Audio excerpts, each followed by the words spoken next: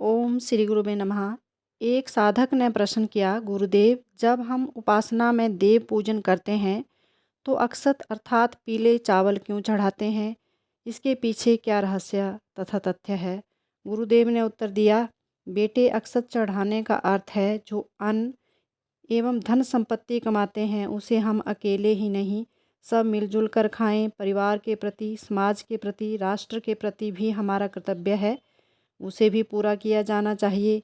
गीता में कहा है, अकेले खाता है वह पाप खाता है। मनुष्य समाज के प्रति ऋणी रहता है, वह सब कुछ समाज में रहकर समाज के साधनों व सहयोग से ही तो सीखता है। रामू नामक उस बालक का ही उदाहरण लो। वह नन्हा बालक खेत के किनारे सो रहा था। माँ किसी काम में व्यस्त थी। जंगल से एक भेड़िया आया और उस बालक को उठा ले गया। कुछ वर्षों के बाद एक शिकारी ने उस बालक को भेड़ियों के झुंड में देखा। ललकारने पर भेड़िए तो भाग गए। उस बालक को, जो 8-10 वर्ष का होकर भी भेड़ियों के समान ही चलने लगा था, उसी तरह चिल्लाने लगा था। उसे पकड़कर लाया गया। उसे लखनऊ के अस्पताल में रखा गया और नाम दिया गया रामू। 3 वर्ष तक रखने पर भी वह अपनी बोली नहीं सीख पाया। एक दिन वह मर गया। अपने समाज से कटकर रहने का यही परिणाम हुआ। हमको समाज से अगणित अनुदान मिले हैं। बल बुद्धि धन संपत्ति सब समाज की देन है। अतः यह हमारा कर्तव्य है कि हमारी कमाई का एक भाग समाज के लिए निकलना चाहिए। ऐसा करने से कितना लाभ होता है उसे सुनो। एक बार भारी अकाल पड़ा। एक ब्राह्मण परिवार 7 दिन से भूखा था। अन्न के अभाव में सर्वत्र त्राही त्राही मची थी। ब्राह्मण भिक्षा से आजीविका चलाते थे। अच्छे समय में भिक्षा आसानी से मिल जाती थी, परंतु दुर्भिक्ष में जब लोगों के पास अपने लिए ही कुछ नहीं रहा, किसी को भिक्षा वो किस प्रकार देते। 7 दिन के प्रयत्न के बाद 4 रोटियों के बराबर भिक्षा मिली। लेकर घर आया। परिवार के चारों सदस्यों के लिए 4 रोटियां बनाई गई। बन जाने पर थाली में रखी। खाने से पहले ब्राह्मण को याद आया कि कहीं कोई हमसे अधिक ज़रूरतमंद तो नहीं है। यदि है तो इस उपार्जन का पहला हक उसका है। पहले तलाश लें, फिर भोजन करेंगे। अपने हिस्से की रोटी लेकर बाहर निकलते ही ब्राह्मण देवता ने देखा कि पास ही एक पेड़ के नीचे एक वृद्ध चांडाल पड़ा है। बहुत दिनों से अन्न न मिलने के कारण वह मरणासन स्थिति में था।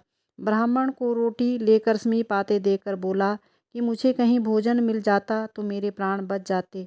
कोई मेरे प्राण बचा ले तो बड़ी कृपा हो। ब्राह्मण ने उस वृद्ध चांडाल को अपने हिस्से की रोटी दे दी, पर इससे भूख शांत नहीं हुई। इस पर ब्राह्मण पत्नी ने भी उसे अपनी रोटी दे दी। अब तो उसकी भूख और तेज हो गई और मांगने लगा, तो पुत्र और पुत्री ने भी अपनी अपनी रोटी उसे खिला दी। 7 दिन के भूखे उस परिवार ने बड़ी कठिनाई से प्राप्त हुआ सारा भोजन स्वेच्छा से उस चांडाल को दे दिया और उसकी भूख शांत हुई। उस वृद्ध चांडाल ने तृप्त होकर कुल्ला किया। इस प्रकार फेंका जल जमीन पर पड़ा। एक नेवला आकर वहां लौटने लगा। नेवले के शरीर का जितना भाग उस जल से गीला हुआ था, सोने का बन गया। उसी नेवले ने जब सुना कि राजा युधिष्ठिर राजसूय यज्ञ कर रहे हैं, तो उसने सोचा कि इस यज्ञ में शेष आधा शरीर भी सोने का हो जाएगा, परंतु वहाँ उसे निराशा ही हाथ लगी। इस प्रकार उस ब्राह्मण का अन्नदान राजसूय यज्ञ से भी बड़ा सिद्ध हुआ। उदार चेताओं के सामान्य कृत्य को भी असाधारण पुण्य माना जाता है। पूज्यवर ने इसी प्रकार का एक और कथनांक सुनाया। संत एकनाथ भक्तों के साथ कांवर लेकर रामेश्वर पर गंगा जल चढ़ाने जा रहे थे। रास्ते में एक गधा प्यास के मारे तड़प रहा था। सब भक्त उसकी गधे की उपेक्षा कर आगे बढ़ गए, परंतु संत एकनाथ, जो ईशावास्यमिदं सर्वं यत्किंचितं जगतां जगत की भावना रखते थे, सब में भगवान का वास मानते थे, उन्होंने उसी जल में से, जो रामेश्वर में चढ़ाने के लिए ले जा रहे थे, एक घड़ा उस प्यासे गधे को पिला दिया। वह उठकर बैठ गया। अब उसकी प्यास और बढ़ी तो दूसरा घड़ा भी पिला दिया। गधा उठकर खड़ा हो गया। फिर पूछा कि तुम यह जल कहाँ ले जा रहे हो? एकनाथ बोले, भगवान रामेश्वर पर चढ़ाने के लिए। इस पर वह गधा बोला, मैं ही तो रामेश्वर हूँ। उसी क्षण वह गधा वहाँ से गायब हो गया और उसके स्थान पर भगवान रामेश्वरम स्वयं प्रकट हो गए और कहने लगे, तू ही मेरा सच्चा भक्त है।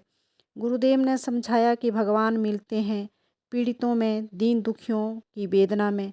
तुम्हारे अंदर दूसरों के लिए दयालुता होगी, करुणा, संवेदना, सेवा भावना होगी तो समझ लो वहीं भगवान का अवतरण हो जाएगा। देव पूजन के कर्मकांड के माध्यम से इसी देवत्व का अवतरण हमारे अंदर हो, यही प्रयास व भावना होनी चाहिए। वैसे ही कृत्य भी हमारे अंदर होने चाहिए। मिष्ठान भी भगवान को चढ़ाते हैं, इसके पीछे भी यही तथ्य है कि हमारा व्यक्तित्व मधुर बने, वाणी में मिठास हो। कड़वा और कर्कश व्यवहार ही मित्र को शत्रु बना देता है।